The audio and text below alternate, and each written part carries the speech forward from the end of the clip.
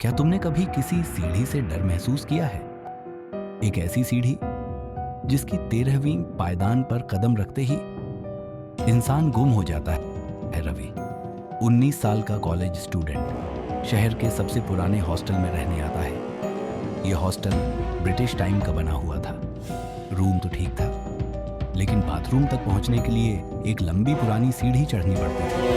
रात के 12 बजे के बाद वहां कोई नहीं जाता, क्योंकि कहा जाता है कि 13वीं सीढ़ी पर किसी ने कभी पैर रखा तो वो वापस नहीं आया। रवि ने इसे बस एक अफवाह समझा। रात को करीब 1 बजे रवि को लगा जैसे कोई सीढ़ी पर चल रहा है। धीरे धीरे थक थक थक वो खिड़की से झांकता है, कोई नहीं, पर फिर भी आवाजें आती रहती हैं। अगले दिन जब वो सीनियर से पूछता है तो वो हंसते हुए कहते हैं, भूत है वहां, 13वीं सीढ़ी पर बैठा रहता है।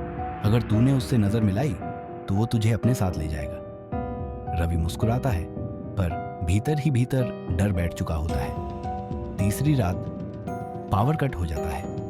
रवि इमरजेंसी लाइट लेकर पानी भरने नीचे जाता है। लौटते वक्त, सीढ़ी चढ़ते वक्त गिनती करता है, 1, 2 डॉट्स, 3 डॉट्स।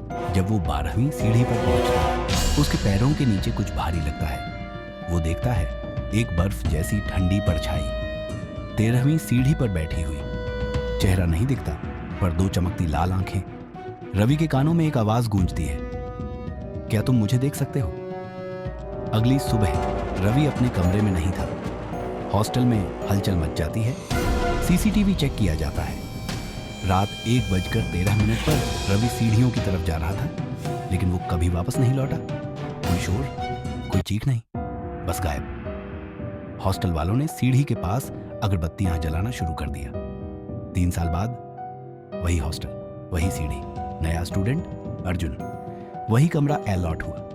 रात को पानी पीने गया और सीढ़ियां चढ़ते वक्त उसने किसी को बैठे हुए देखा। सिर झुका हुआ, बाल बिखरे, और धीरे धीरे वो सिर उठाता है। वो था रवि, लेकिन उसकी आंखें अब इंसानों जैसी नहीं थी। रवि मुस्कुराता है और कहता है, अब तू 13वीं सीढ़ी का हिस्सा है। हर 3 साल में एक 13वीं सीढ़ी को कोई नया चेहरा चाहिए। सब्सक्राइब कीजिए ऐसी ही और खौफनाक कहानियों के लिए।